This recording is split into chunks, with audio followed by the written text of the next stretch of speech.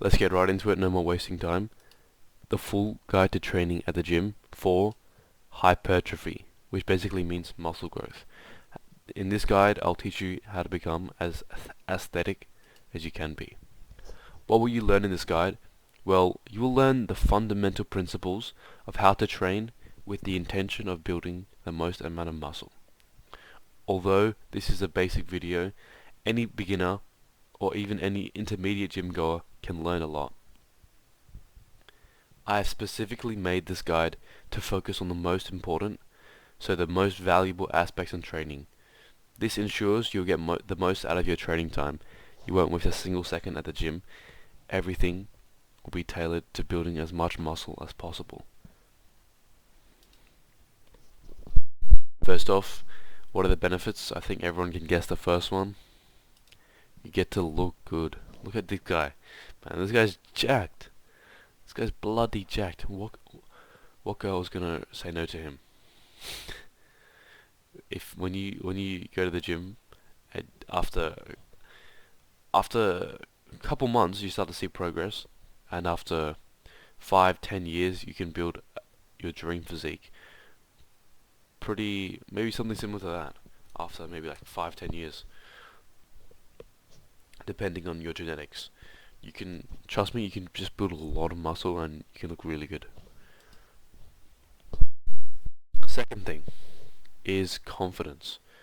When you look good, you build confidence in yourself. When you do something hard, you are confident in yourself, and just all around confidence boost by 10%.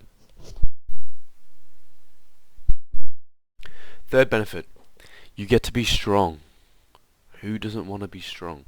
What a great thing it is to be strong. You don't have to struggle carrying heavy packs, carrying anything. Everything is lightweight for you because you go to the gym, and everyone else doesn't go to the gym. So you're strong. What I mentioned before, you get to do something hard. But why does that benefit you? A lot of people might think doing hard things is a disadvantage of going to the gym. But what do we know? After you do something hard, you feel really good after, and you feel proud of yourself, which is just a positive feedback loop. It builds confidence, you feel proud, and you're just overall more happy. An extra bonus one, you get to meet people. The people who go to the gym are often much more high quality than just your homeless junkie who's on the street, because they're doing something that is very beneficial to them, and they know their value. They know that it's important to work on themselves, so they're probably similar to you. I'm assuming that's who you are if you're watching this video. What are some common excuses and my rebuttal? So I've got little Jimmy over here. I don't have time. Well, actually, you do have time. What you have to do is prioritize. Make gym a priority, because it's actually more important and it will benefit you more than most things you do. After prioritizing, you just have to make time. It's that simple. If you tracked everything you did for 1 week, you would see that you waste most of your time on instant gratification, online, on your screens, on your TikTok, on your phone. Yeah, you have way more time than you think. What does wasting your time actually look like? It looks like spending time on things that give you less value than going to the gym. That's how I put it simply. I don't go to the gym because I don't want to go to the gym. I don't have motivation. First off, this is a good one. Go with your friends. Training with your friends is just fun. It turns from a disciplining, really hard workout. You're trying to grind through everything, and you feel like going home, but instead you just push. You know it's good for you.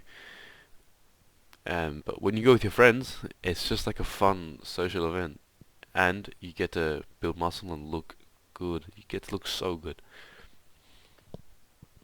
And if you don't have motivation, well, just do it anyway. Build discipline. What is discipline? Discipline is doing the hard work even though you didn't want to do it. It's one of the most important skills as a masculine man. You don't give in to your feelings because you don't feel like going. You you listen to your feelings and say, no, I'm going to go to the gym anyway because I know my future self will be grateful for it. But how do you make it easier? You make it convenient. How do you make it convenient? You make it, this is from Atomic Habits, you make it obvious, what is it? Obvious, attractive, easy, and rewarding. How do you make it obvious? You just start looking around. Uh, you, if you're observant, you'll notice that there are actually quite a few gyms in your area. And pick one that's close to your house. And if you walk by every day, you'll start to notice, oh, there's a gym right next to my house. I can see it every day. You're noticing it. It's becoming obvious to you, and since it's close to your house, it becomes easy and convenient. How do you make it attractive? You connect the goal of looking good, building that 10 out of 10 physique so you can attract a girl, attach that to the gym, and then you will want to go every single day. And how do you make it rewarding? Well, you could reward yourself after you go to the gym with something that you really like. But my biggest tip for you for motivation is to just get into it, set some goals, set some achievable goals, and then surpass those goals. You'll feel really good. And what is it? Progress is the biggest motivator. That's really important. I'm going to say that one more time. Progress is the biggest motivator. After you're going to the gym for a couple months and you start to notice, oh, I'm actually a bit bigger. You get so motivated and you want to go much more. If you have zero progress, obviously you're not going to have much motivation to go to the gym. But how do you know, how do you ensure good progress is that you watch the rest of this guide, because this is the best guide I can give you to build as much muscle as possible. Third excuse, I'm too tired to go to the gym. I don't have any energy, and I just want to go to sleep, and I'm pussy. That's what you sound like, little Jimmy. Going to the gym boosts energy. After a good workout, you actually feel more energized. Yeah, that's how it is.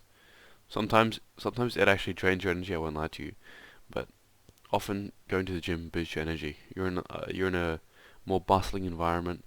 There's music. You can play your hype music.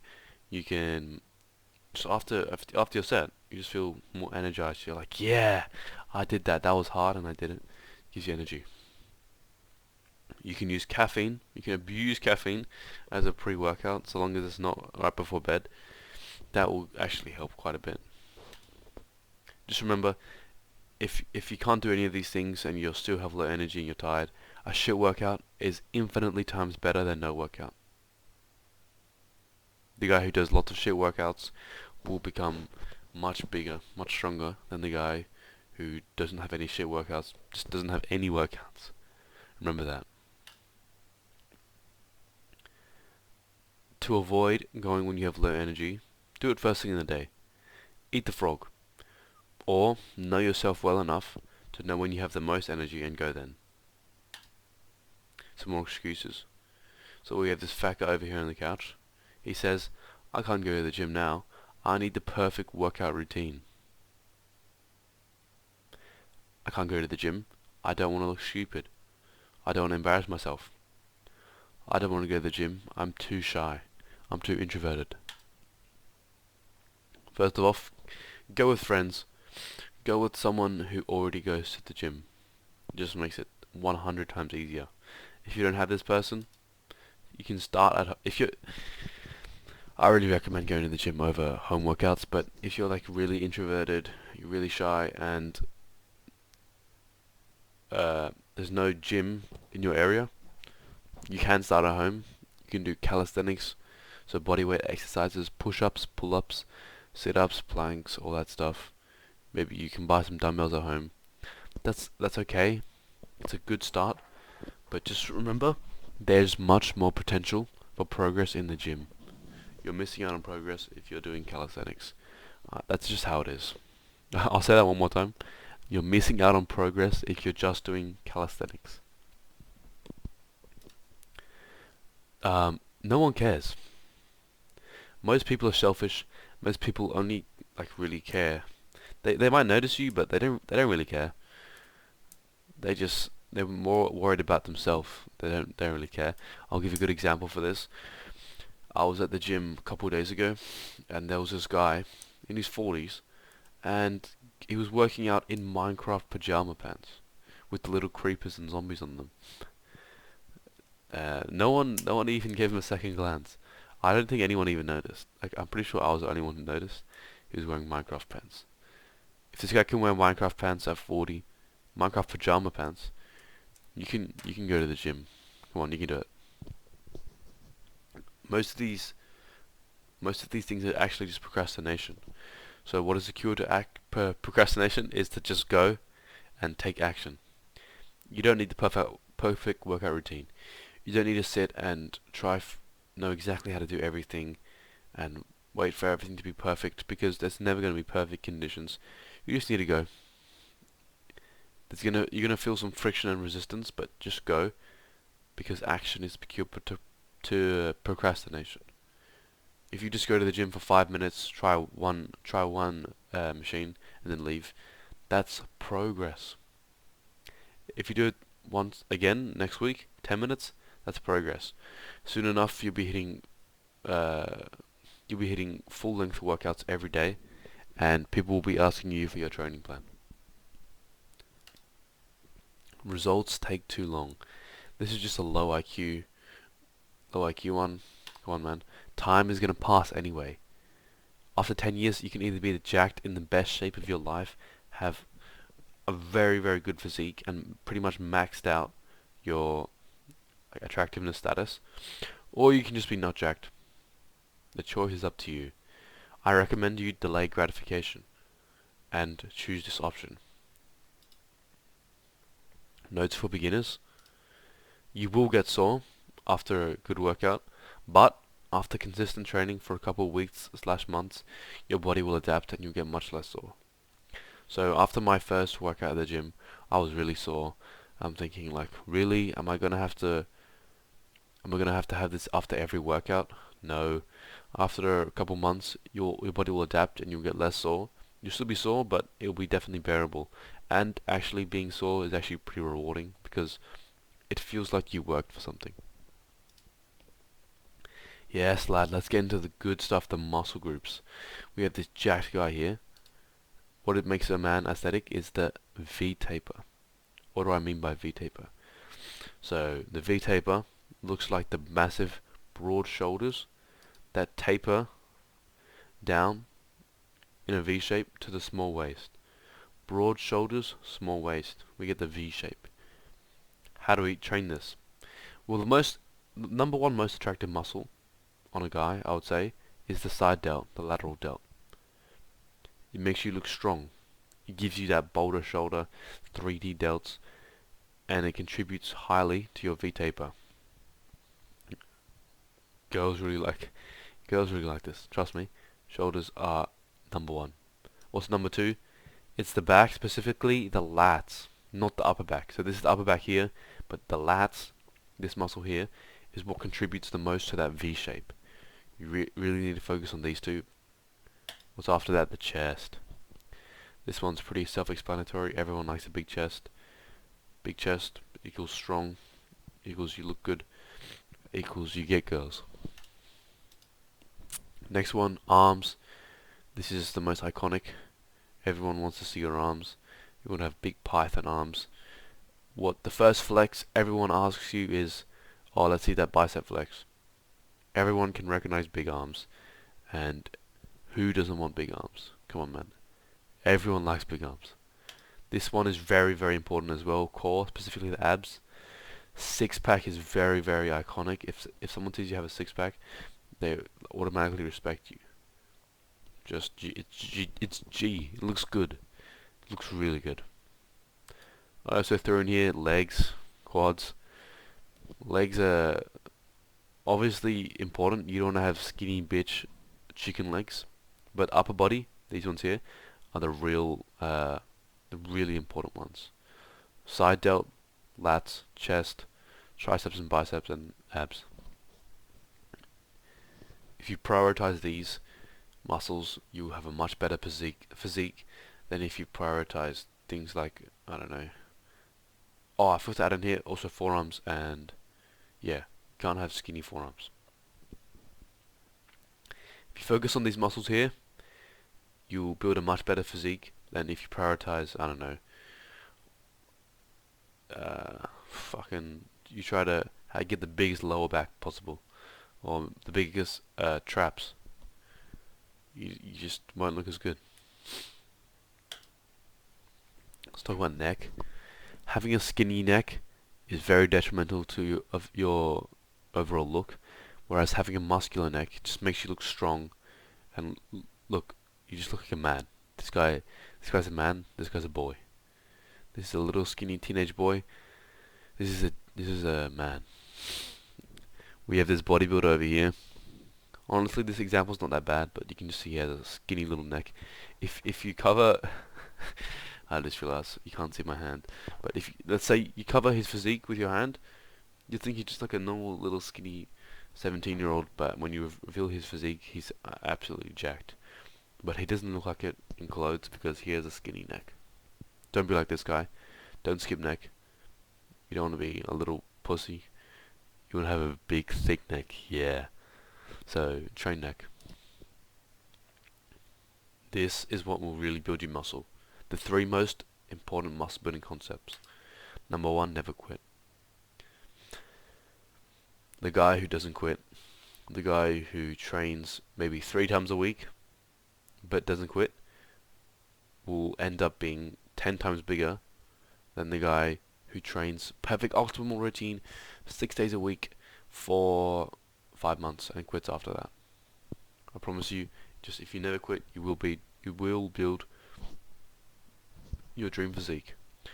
I want to be 70 and in the gym lifting weights. It's just how it is.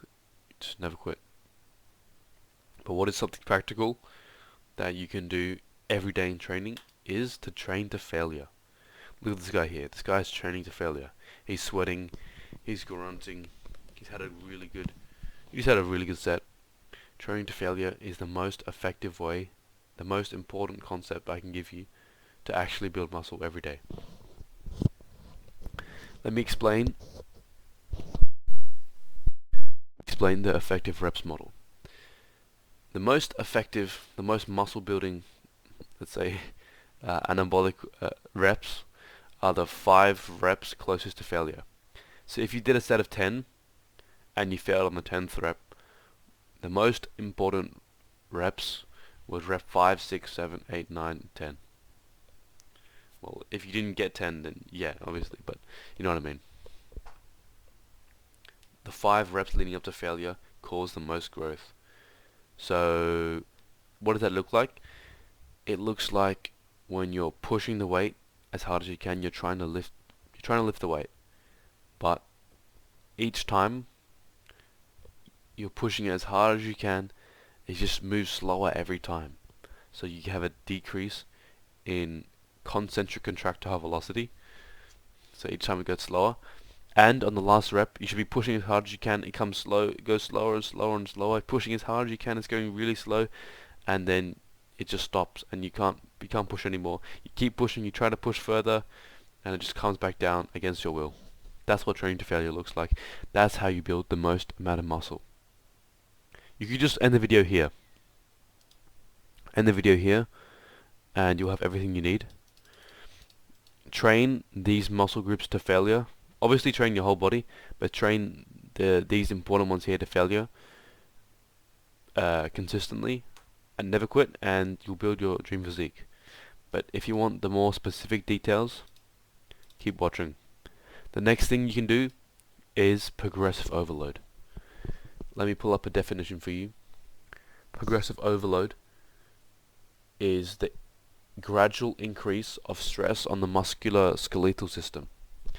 What does this actually look like in practice though? It means doing more reps or doing more range of motion, basically putting more stress on the muscle, putting more tension on the muscle. Let me give you a practical example. Let's say you're doing bench press, 100 kilos. Today, you get 3 reps, and that's a failure. Next week, you push as hard as you can, and you're still going to failure, but you get 4 reps. That's progressive overload. What's another example? Let's say you're doing bicep curl, and you're doing 70% of the range of motion, and you can't do the rest because the weight's a little bit too heavy. Next week, you do 100% of the range of motion for the same reps. That's progressive overload. Progressive overload is not adding more sets or more workout time.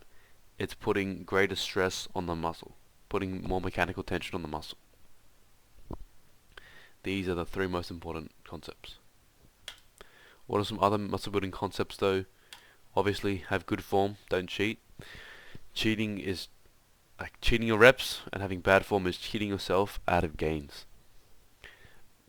If you have bad form, other muscle groups that you're not trying to train will take over, and the primary muscle won't get as good stimulus. Also, more importantly, having bad form puts you at risk of injury. And if you're injured, you can't train. And if you can't train, you're not going to build any muscle. You're going to wither away, become a skinny bitch, and pretty much die. What's part of good form is having a slow and controlled eccentric. So this is the lowering phase. Yeah, I see a lot of people who yank the weight up as hard as they can, and then they just let it drop down, let gravity do all the work. You're not putting any tension on the muscle when you do that. You want to control it, feel yourself lengthen out, control the weight, and yeah, just be normal. Don't just drop it down, slam it down, let gravity do the weight. Lower it down using your muscle, because that's actually probably the most important part of the rep. Number 3, rest between sets. We'll get into more detail on this on the next slide. How do you prioritize a muscle group? You prioritize a muscle group by hitting it first. So if you're doing a push day and you want chest to be the priority, do chest first. Simple as that. Just do a muscle group first, and yeah, that's how you focus on a muscle group. Easy. Volume. This one is often very overcomplicated, so I've summed it down for you. Very simple. If you just copy this exactly, 6 to 12 sets to failure per muscle group per week. That's how you make gains. So you could do this. Yeah, it's that simple. 6 to 12 sets to failure per muscle group per week. Yeah, I don't know. This is my best recommendation for you. Stick in that range and you will build a lot of muscle. I'd say pick, if you're more of a beginner, go lower. If you're more advanced, probably go higher. Let's say you're an intermediate gym goer and you're currently, let's say you do 12 sets this week, and the next day you're really sore, and 3 days later you're still really sore. That probably means you did too much volume. So next week, maybe do 8 sets instead of 12. Let's say you do 8 sets and you're barely even sore the next day. That probably means you're not doing enough volume. So the next week you do 10 sets, and then you're sore the next day, you're sore the day after, but on the 3rd day you're pretty much fine. That's how it should be. That's good. Resting between sets. So right here we have this guy on the bench press. He just finished his set of, looks like 315, and now he's having very optimal sleeping rest. The outdated advice is that minimal rest and high intensity is the best. So this is just wrong now. We found that it's not as good for muscle growth. 30 seconds to 2 minutes, that's not enough. You really need 3 to 5 minutes of rest. This is what's considered optimal now. This is because you can push yourself more every set, and you can get more stimulus, more mechanical tension in the muscle if you rest more and just put in 100% effort. If you're resting for 30 seconds, you're going to be out of breath, and there's going to be other factors that stop you from finishing the set rather than your muscle fatiguing. The only thing that should impact that should end your set is your muscle not being able to contract. If anything else ends it, that means that's not real failure. Rest between unilateral movements. This is not 100% necessary, but if you want to squeeze out the most gains, you should be resting after you do your left arm before you do your right arm. This is basically because the CNS, the central nervous system, the thing that sends signals to your muscle to contract, it just gets fatigued, and yeah, you won't be able to recruit as much high threshold motor units if your CNS is fatigued. Recovery. Muscles take between 48 and 72 hours to recover, so I want you to ideally take at least 2 to 3 days between hitting the same muscle. I'd say at least 3. Let's not do 2. Let's do 3. So if you're hitting chest on Monday and then you hit chest on Wednesday, nah, that's not good. That is not good. I want you to wait at least until Thursday to do chest. So you're resting Tuesday and Wednesday. Ideally you'll be resting until Friday, but yeah. This is what I just said. Monday chest, Thursday is the next earliest day. I personally wait a lot longer than this. I just train once a week. Yeah, each muscle once a week, yeah. Let's get into the different exercise types. As I mentioned before, body weight. So calisthenics. This is good for being able to control your body, but there's usually better options for muscle building. Free weights. So dumbbells, barbells, kettlebells. They're good, but there's a factor of limited stability. Let me give you the example of dumbbell press. So you're doing dumbbell press for chest, and you're pushing the weight as hard as you can. Not only do you have to focus on pushing the weight up, but you have to focus on controlling it and not letting it your hand shake around, and pressing it in the correct path. Cables similar to above, you have to focus on stability, but machines have a fixed path. What does that mean? It means you don't have to focus on the path. You can just focus on pushing as hard as you can. This is good because you have more stability, therefore you can output more force and place more tension on the muscle. Basically means more gains. A good machine is the S tier, the best exercise you can pick, but there are many trash machines. So yeah, stick to the good ones, and if your gym has trash machines, use cables and free weights. This is a general guide, exercise guide to the muscles.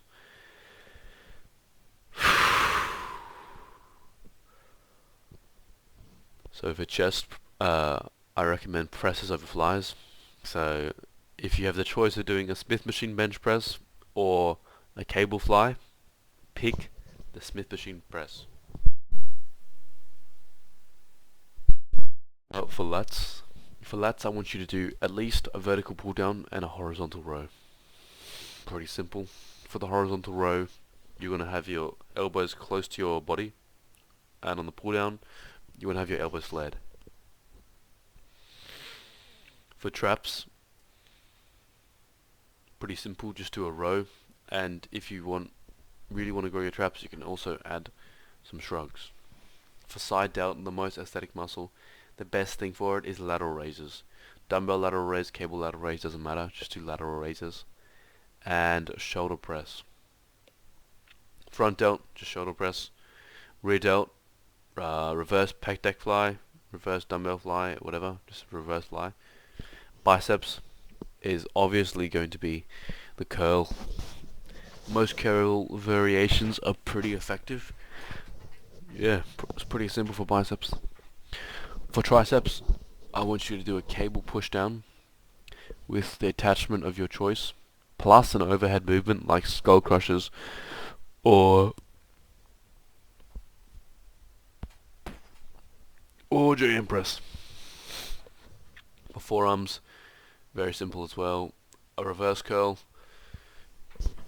or a neutral grip curl, ideally both, and a wrist curl. For lower body. Abs, you need a crunch. So I like doing machine crunch. We have a decent machine at our gym, so I do that. You could also do cable crunch and throw in a leg raise. So hanging leg raises will work the. This is just to ensure you work all parts of the muscle.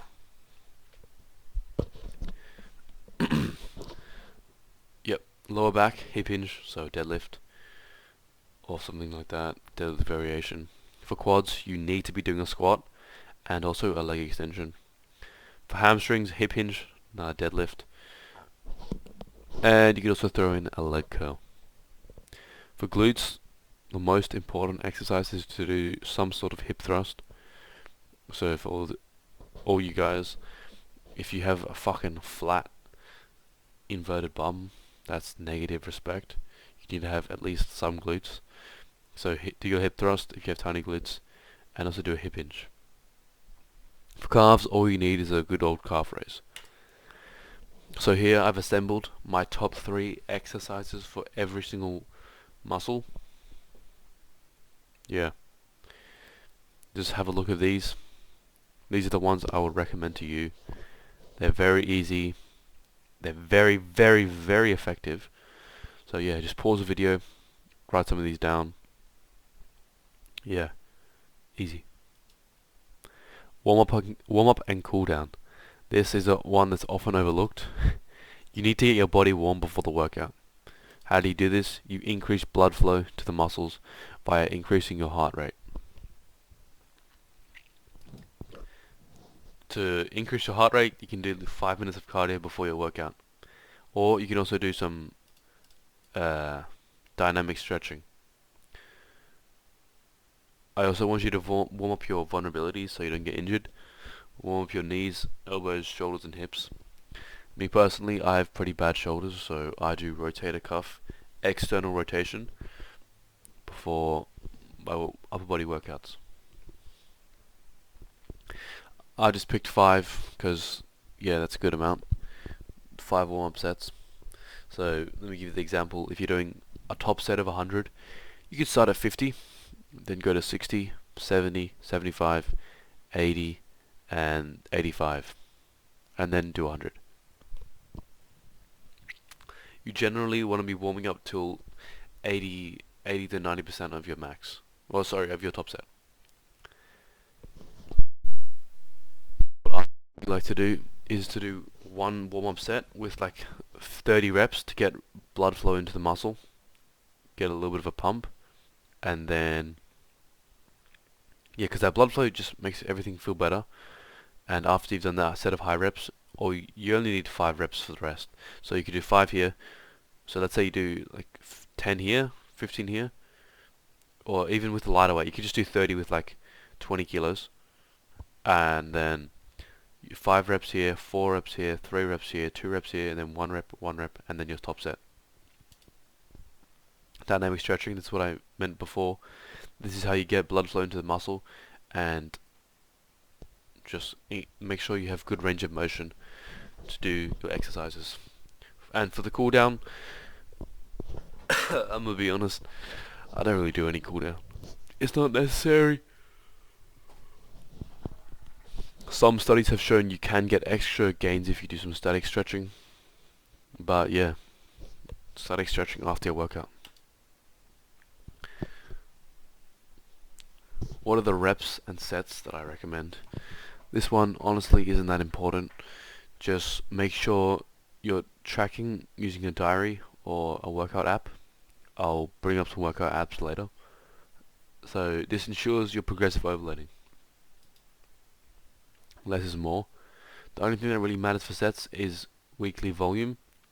So just pick whatever amount of sets you need to hit that weekly volume of 6 to 12 sets to failure. And reps, I recommend 5 to 12. A lot of people think you need 8 to 12 for hypertrophy, but lower reps is actually a little bit better.